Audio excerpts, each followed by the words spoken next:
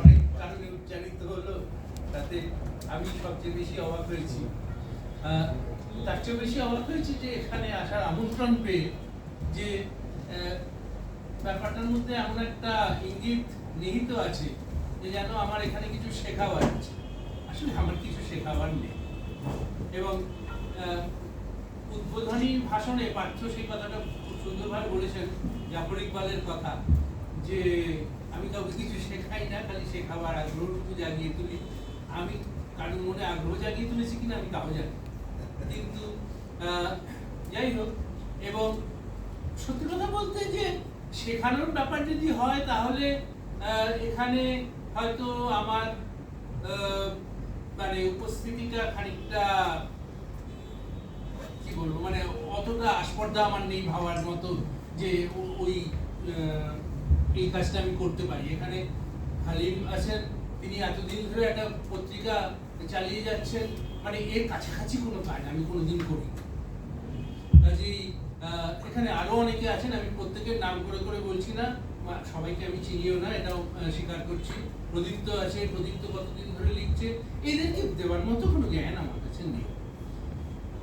কিন্তু যেটা আমি বলতে পারি সেটা হচ্ছে যে আমি নিজে যখন লিখি তখন আমি কি ধরনের ভাবনার দ্বারা চালিত হই বা তাড়িত।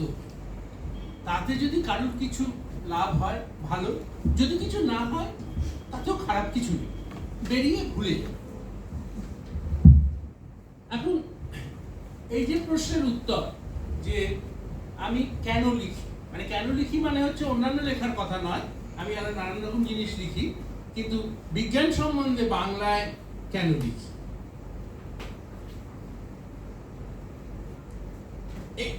এই প্রশ্নের নানান রকম স্তর আছে, উত্তরের নানান রকম স্তর আছে। একটা হচ্ছে যে বাংলায় ঠিক কোন স্তরের বিজ্ঞান লেখা হবে বা লেখা হওয়া উচিত, এইটা নিয়ে আমরা সচেতনভাবে হোক অবচেতনভাবে হোক খানিকটা চিন্তা এখানে যারা উপস্থিত আমরা সকলেই করেছি। আমার নিজের কাছে এই প্রশ্নের উত্তর যেভাবে আমার নিজের মনে যেটা আছে সেটা হচ্ছে এই যে সর্বস্তরের বিজ্ঞান বাংলায় লেখার এখনকার পৃথিবীতে কোনো দরকার নেই বলতে আমি যেটা বলছি, আমি জানি অভিজিৎ আমার উপর চটে যাচ্ছে, কিন্তু আর একটু বলি তারপরে। দরকার নেই বলতে আমি যেটা বোঝাচ্ছি সেটা হচ্ছে এই যে আমি যখন পদার্থবিজ্ঞানের একটা কোনো গবেষণার কথা লিখতে চাইবো, সেটা আমি বাংলায় লিখবো না। তার অনেক কারণ আছে। তার কারণ হচ্ছে এই যে দ্বিতীয় বিশ্বযুদ্ধ একটা ভয়ঙ্কর খারাপ জিনিস হয়েছিল পৃথিবীতে, কিন্তু তার একটা ভালো ফল হয়েছিল, সেটা হচ্ছে যে একটা আন্তর্জাতিক ভাষা তৈরি হয়েছিল সেই বিশ্বযুদ্ধের পর, সেটা হচ্ছে ইংরেজি।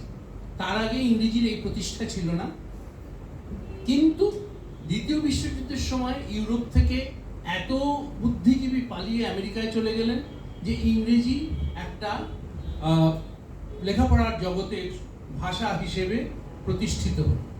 এতে সুবিধাটা হলো এই যে আমি একটা গবেষণার কথা লিখলাম, আমি বাংলায় লিখলাম, একটা জায়গায় প্রকাশিত হলো, তার 20 বছর বাদে আরেকজন ইংরেজিতে লিখে সেটা প্রকাশ করলো এবং তার নাম হয়ে গেল, এইটা এখন আর হতে পারে।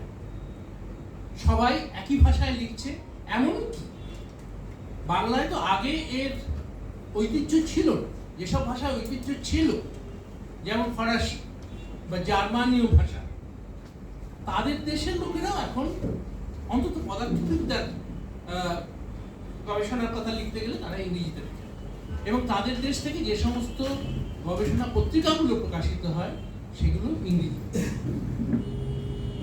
কাজেই এই যে আন্তর্জাতিকতার একটা মঞ্চ প্রতিষ্ঠিত হয়েছে, ভালো কারণে হোক খারাপ কারণে হোক প্রতিষ্ঠিত হয়েছে, এটা বাস্তব ঘটনা, এটাকে অস্বীকার করার কোনো উপায়। এই যে প্রতিষ্ঠিত যেটা হয়েছে, এটাকে এখন এইটার সুবিধাগুলো কিভাবে সারা পৃথিবীর লোক পেতে পারে, আর যদি এমন একটা জায়গা থেকে কেউ একটা এরকম গবেষণাপত্র লেখেন যেখানে হয়তো পদার্থবিদ্যার গবেষণার কোনো ঐতিহ্যই ছিল না, হ্যাঁ, কিন্তু সেখান থেকেও যদি তিনি একটা লেখা পাঠান, তিনি ইংরেজিতে পাঠাবেন এবং আমরা সবাই পড়ব। এবং এই অন্তর্জালের প্রভাবে যা হয়েছে সেটা হচ্ছে যে এখন আমরা এটা প্রায় সঙ্গে সঙ্গে পড়তে পারি, মানে লেখা হওয়ার সঙ্গে সঙ্গে আমি সেটাকে উপরে টাঙিয়ে দিলাম এবং পৃথিবীতে যে কেউ সেটা বসে বসে পড়তে পারে। এইগুলো যে মঞ্চে টাঙিয়ে দেওয়া হয় সেগুলোতে ঢুকতে কোনো পয়সাও লাগে না, কিচ্ছু লাগে না। কাজে এই সুবিধাটা হয়েছে। কাজে বাংলা ভাষায় যখন আমরা বিজ্ঞান লেখার কথা বলবো আমরা এই পর্যায়ের কথা ভাববো না। এরপরের প্রশ্ন হচ্ছে তাহলে কোন পর্যায়ের কথা ভাববো? এর উত্তর হচ্ছে ঠিক আছে, এই ঠিক নিচের ধাপটায় নামা যাক। ধরা যাক এমএসসি পড়ার সময় কি সমস্ত পাঠ্য বই বাংলায় লেখা? আমি কিন্তু এখানে পদার্থবিদ্যার কথা ভেবে বলছি সবকিছু। আমি জানি এখানে আপনারা আত্মপরিচয় দিলেন, তার মধ্যে অনেকে আছেন যাদের সঙ্গে পদার্থবিদ্যার কোনো সম্পর্ক নেই, কেউ বাংলার গবেষক, কেউ ইতিহাসের গবেষক। আমি সেই সব বিষয়ের কথা বলছি না, কারণ আমি পড়ে জানি, আর কোনো কারণে নয়। যেখানে জানি সেখানে কথা বলার কিছু সুবিধা আছে। তা এমএসসি পর্যায়ে কি হবে? এইখানে আমি একটা কাহিনী বলি, যেটা আমি হয়তো এখন এতবার বলেছি যে আমার পরিচিত যারা আছে তারা বলবে ও পলাশদা আবার সেই গল্পটা শুরু করবে।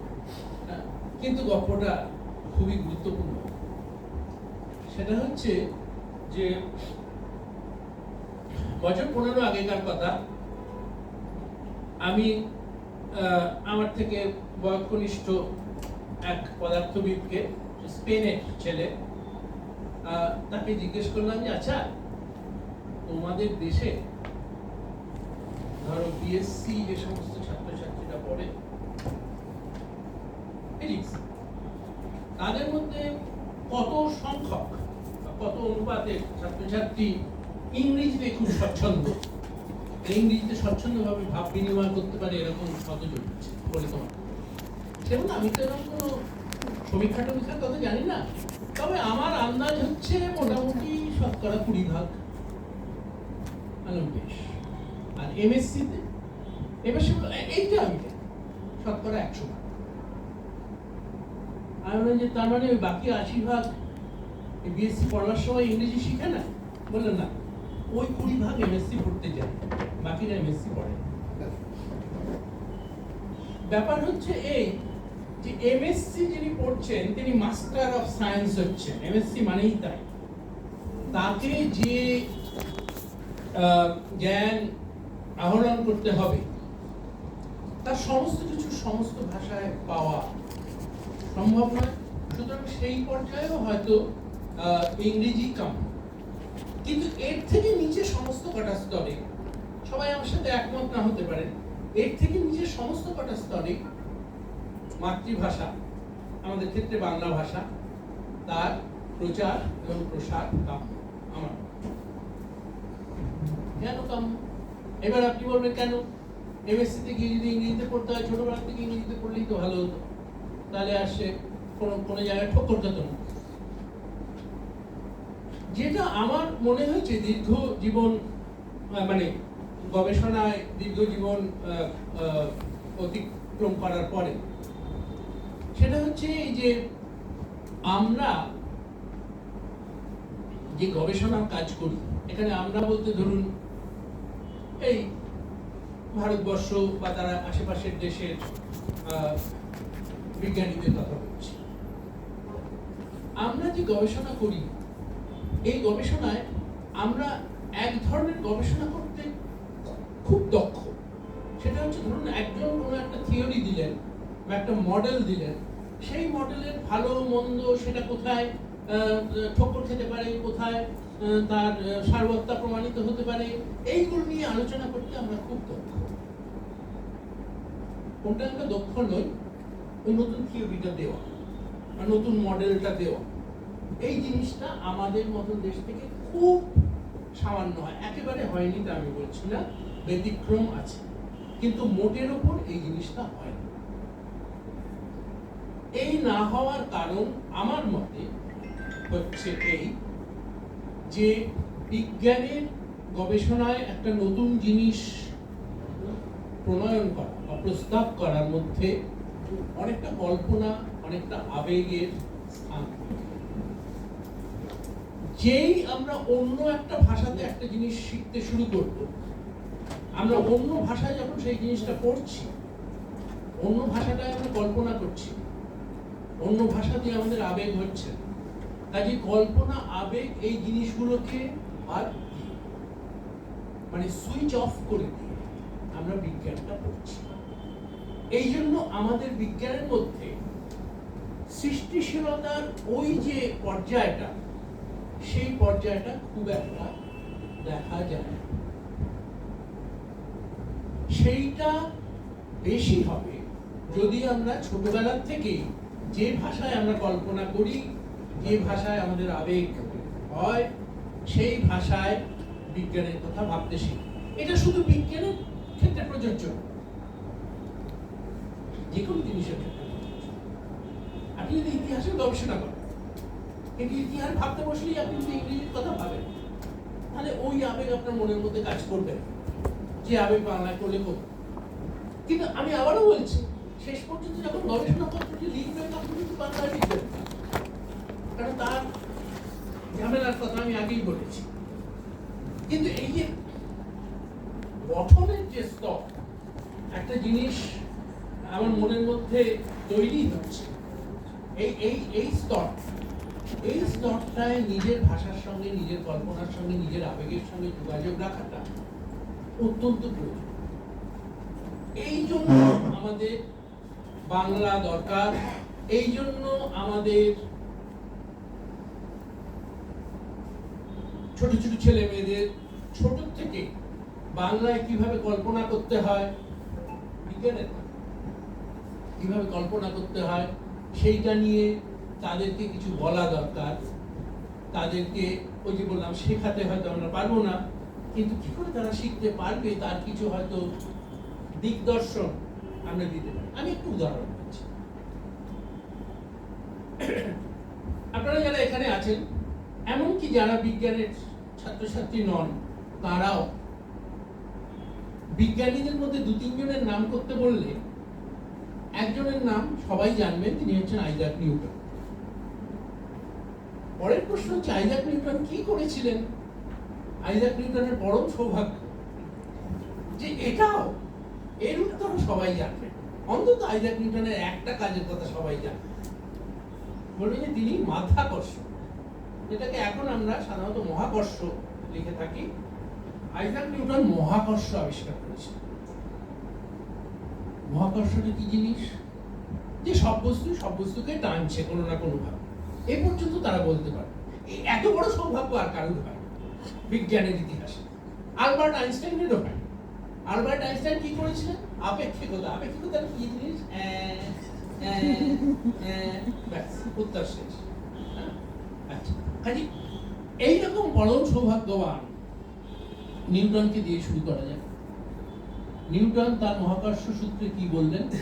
যে দুটি বস্তু, যে কোনো দুটি বস্তু পরস্পরকে আকর্ষণ করে। সেই আকর্ষণের বল কিরকম হয়? সেই আকর্ষণের বল প্রথমত তিনি বললেন যে দুটি বস্তুর ভরের সঙ্গে আনুপাতিক হয়। অর্থাৎ যে বস্তু যত ভারী হবে বা তার ভর যত বেশি হবে, ভর আর ভার ঠিক সমার্থক নয়, কিন্তু সেই আলোচনায় আমি এখন যাচ্ছি না, তত টান বেশি হবে। কিন্তু আরেকটা অংশ আছে, সেটা হচ্ছে যে কতটা দূরে গেলে সেই টান কতটা কমে যাবে। এইখানে নিউটন বললেন যে সেটা দূরত্বের বর্গের সঙ্গে কমবে। অর্থাৎ দূরত্ব যদি দ্বিগুণ হয় তাহলে টানটা 1/4 হবে, দূরত্ব 3 গুণ হলে 9/1 হবে টানটা। কোথা থেকে নিউটন জানলেন যে বর্গের সঙ্গে এটা হবে, কমবে? দেখুন, এইটুকু আমরা খুব সহজেই আন্দাজ করতে পারি যে দূরে গেলে কমবে। এটা খুব সহজ, এর জন্য নিউটন হওয়ার দরকার নেই, পড়ার পাল হলেই যথেষ্ট। কিন্তু সেটা যে বর্গের সঙ্গেই কমবে, এটা নিউটন কোত্থেকে পেলেন? এ কথা কোনো পাঠ্য বইতে লেখা থাকে না, এবং সেটা পাঠ্য বইয়ের দোষ নয়, লেখা থাকার কথাই নয়।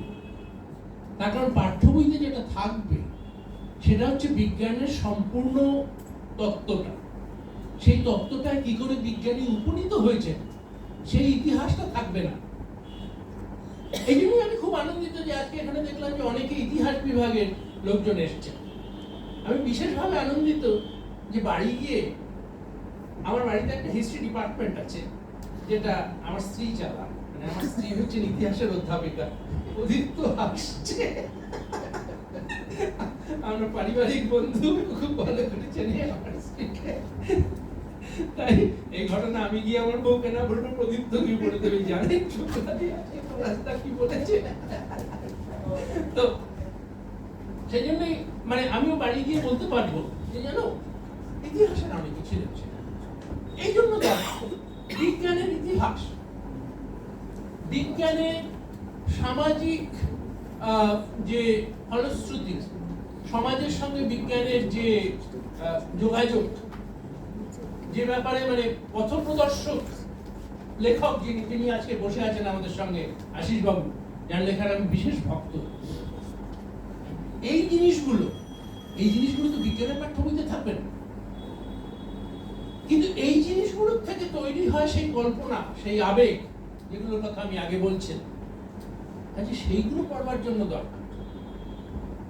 তো এখন কাজেই বিজ্ঞানের বাংলাতে বিজ্ঞান পড়বার দরকার নেই এটা যারা বলেন তাদের সঙ্গে আমি একমত নই, অভিজিৎ একমত নন, এবং আমার মনে হয় আপনারা এখানে হয়তো কেউই একমত হবেন না।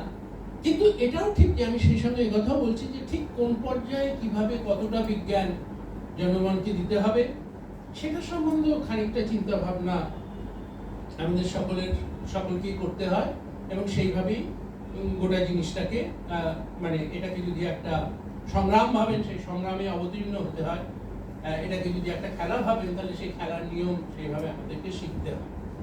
এই খেলার নিয়মের মধ্যে আরেকটা ছোট্ট কথা আছে যেটা বলে আমি আমার বক্তব্য শেষ করব। কেননা খাওয়ার সময়টা যাতে গুলিয়ে না যায়, এটা হচ্ছে আমার প্রথম দেখার জিনিস। ওর বিজ্ঞানের থেকে অনেক উপরে অবস্থান। তা এখন ব্যাপারটা হচ্ছে এই যে বিজ্ঞানের লেখারও নানান রকম স্তর থাকে। বিজ্ঞানের গবেষণাপত্র লেখার যেমন স্তর থাকে, তেমনি বিজ্ঞানের সংবাদ লেখার স্তর থাকে। বিজ্ঞানকে জনগণের কাছে পৌঁছে দেওয়ার, বিজ্ঞানের তত্ত্ব জনগণের কাছে পৌঁছে দেওয়ার জন্য লেখার একটা স্তর থাকে, যেটাকে আমরা ইংরেজিতে পপুলার সায়েন্স বলা হয়, বাংলায় অনেকে এটাকে জনপ্রিয় বিজ্ঞান বলেন, কিন্তু এটা একটা ভুল বাংলা। এই পপুলার, ইংরেজির পপুলারটা এই পপুলার নয়, পপুলার মানে ফর দ্য পিপল। এটাকে লোক বিজ্ঞান বলা উচিত। রবীন্দ্রনাথ যে অর্থে লোক সাহিত্য গ্রন্থমালা চালু করেছিলেন, লোক বিজ্ঞান বলা উচিত। যাই হোক, এরকম নানা স্তর থাকে লেখা। বিজ্ঞানের পাঠ্য বই লেখার একটা স্তর থাকে। এখন এই সব কাজ কিন্তু একই লোকে করে না, মানে একই লোকে করতে পারে। একই লোক কবিতাও লেখেন, গল্পও লেখেন, এরকম লোক আছে, কিন্তু তার জন্য কবিতা আর গল্প একই জিনিস না। হ্যাঁ, এমনকি এমন লোকের সন্ধান পাওয়া যাবে যিনি একই সঙ্গে কবিতা লেখেন, গল্প লেখেন এবং গ্রামে একটা ব্যাংক তৈরি করেন। এরকম ভদ্রলোক আমাদের বাংলাদেশেই জন্মেছেন, কিন্তু তার জন্য ব্যাংক চালানো আর কবিতা লেখা এক জিনিস। তো কিন্তু যেটা বলছি যে সে এই বিভিন্ন রকমের লেখার জন্য বিভিন্ন লোক থাকবে, তার মধ্যে কিছু কিছু লোক হয়তো একাধিক পর্যায়ে লিখবে, এটা হতেই পারে, কিন্তু বিভিন্ন রকমের লোক থাকবে। এটা সব ভাষাতেই আছে। একটা আমরা অনেক সময় খুব ভুল করি যে আমরা সবসময় ইংরেজির সঙ্গে নিজেদেরকে তুলনা করে ভাবতে চাই যে আমরা কতটা এগোলাম বা কতটা এগোইনি। এই তুলনাটা ভুল। তার কারণ হচ্ছে ইংরেজি আন্তর্জাতিক ভাষা। ইংরেজিতে যত লোক লিখবেন বা সেটা একটা লিখলে যত লোক পড়তে পারবে, বাংলার ক্ষেত্রে সেই হিসেব খাটবে। কিন্তু ইংরেজিতেও একজন স্টিভেন ওয়াইনবার্গ, তিনি খবরের কাগজে লেখেন না যে অমুক জিনিসটা আবিষ্কৃত হয়েছে। খবরের কাগজে লেখার অন্য একদম ব্যক্তি থাকে। কাজে এইরকম নানান পর্যায়ের লেখার জন্য নানান রকমের লেখক আমাদের তৈরি করতে হবে, মানে আমাদের মধ্যে থেকে তৈরি হতে হবে। এবং আমি বলছি না যে সমস্তটাই ভবিষ্যৎকালের ব্যাপার, মানে অনেক লেখক তৈরি আছেন, যদি না থাকতেন বিজ্ঞান ভাষ এতদিন চলতো না। আবার যদি না থাকতেন তাহলে বাংলায় এই যে আমি যে স্কুল পর্যায়ে বাংলা বিজ্ঞান বই পড়ে পাশ করেছি সেটা হতো না। সেগুলো খুব ভালো, খুবই ভালো। আমরা পদার্থ বিজ্ঞানের বই পড়েছি দেবপ্রসাদ রায়চৌধুরী, বা রসায়নের বই পড়েছি সমর গুহর, অত্যন্ত ভালো বই বলে আমি মনে করি। কিন্তু যাই হোক, তাহলে অনেকটা জায়গা তৈরি হয়ে আছে, সেই তৈরি হওয়া জায়গাগুলোকে ভালোভাবে অধ্যয়ন করে তার থেকে যতটা আহরণ করা সেটা আহরণ করে আমাদের কাজটা আরো এগিয়ে নিয়ে যেতে হবে, কারণ কাজটা তো থেমে থাকছে না, কাজটা চলছে এবং চলবে। কাজে আমাদেরও তার সঙ্গে সঙ্গে চলতে হবে, তালে তাল রেখে। এটাই হচ্ছে আমাদের কাজ। আমি এখানে থামি।